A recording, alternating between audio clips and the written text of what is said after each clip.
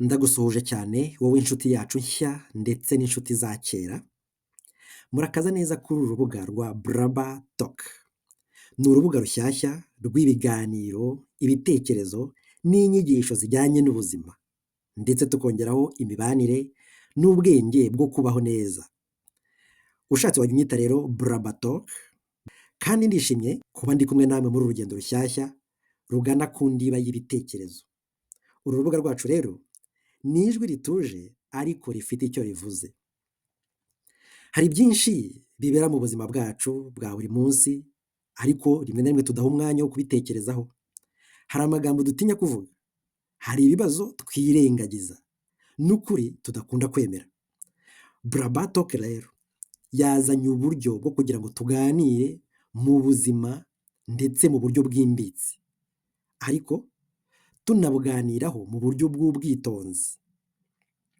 Ntabwo ari cano y'amakuru cyangwa se y'urwenya gusa cyangwa se y'imyidagaduro isanzwe gusa, ahubwo iyi ni cano y'ubwenge, ni cano y'ukuri y'ibiganiro bituma umuntu yitekerezaho, yisuzuma, atera imbere kandi akiyubaka mu buryo bwose. Impamvu nyamukuru yatumye dutekereza kuri uru rubuga ni uko nemera ko buri muntu afite amakuru, afite igitekerezo, afite ubuzima bwihariye, ariko nanone iyo udafite aho uvugira ibitekerezo byawe biribagirana, ugasanga twibagiranye mu rusaku rw'isi. Uru rubuga rwacu rero ni urubuga rutuje, aho buri jambo rifite agaciro kandi buri gitekerezo cyubaka. Urubuga rwacu rwa Blabla Talk ruzibanda ku ngingo z'ingenzi zigira uruhare rukomeye mu buzima bwa buri munsi bw'umuntu. Ingingo ya mbere ni imibanire, nko kumenya niba uwo mubana agukunda koko cyangwa umukunda koko, gukemura amakimbirane, kumenya uko wamenya umuntu ukwiriye mu buzima bwawe n'ibindi. Ingingo ya kabiri ni ubuzima bwo mu mutwe, kumenya nk'uko umuntu yamenya ko afite agahinda kenshi, kwiheba, ubwoba bwo kwiyemeza ibintu cyangwa se umuntu ukumva adafite agaciro. Ingingo ya gatatu ni ukwimenya no kwiyubaka. Aha ngaha bivuze gucengera mu bitekerezo byawe, kwiyakira, kwihugura n'uburyo bwo guhindura ubuzima bwawe uhereye mu mutima imbere, kuko iyo imbaraga zije ziturutse mu mutima imbere zirubaka, ariko iyo ziturutse inyuma ziragusenya. Ingingo ya kane ni inyigisho z'ubuzima busanzwe.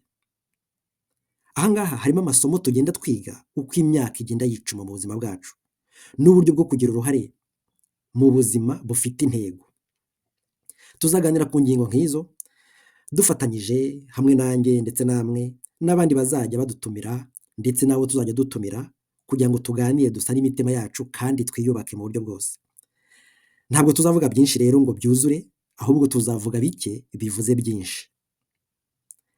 Ndabizi neza ko hari cano nyinshi nziza cyane, ariko urubuga rwacu rwa Blabla Talk rufite umwihariko wo gukoresha amagambo ashyize mu gaciro kandi tugakoresha ijwi rituje, ibitekerezo byimbitse n'uburyo bwo kuvugisha umutima.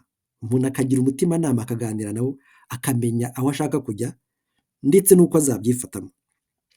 Tuzirinda amagambo y'amahane, amagambo atesha agaciro abandi ntabwo tuzayagenderamo, cyangwa kuvuga ibintu tutatekerejeho, ibyo tuzabyirinda.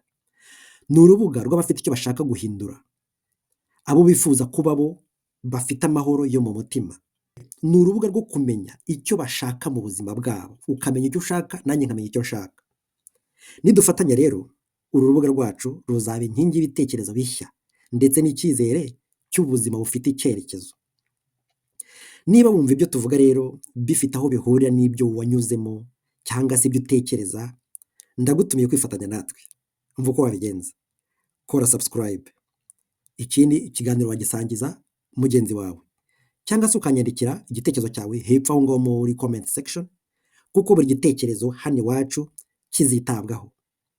Waba uri mu Rwanda, waba uri mu mahanga, uri umusore se cyangwa uri umukecuru, uri umusaza, uri umukobwa, Blabla Talk rero ni wowe yubakiwe. Ntabwo turi benshi cyane, ariko dufite ingufu zo guhindura byinshi mu buzima bwacu. Nizere ko icyo ngicyo gifite agaciro. Niba rero uri hano, menya ko uri ahantu hagukwiriye. Umva, reka ngushimire kuko wemeye kubana natwe.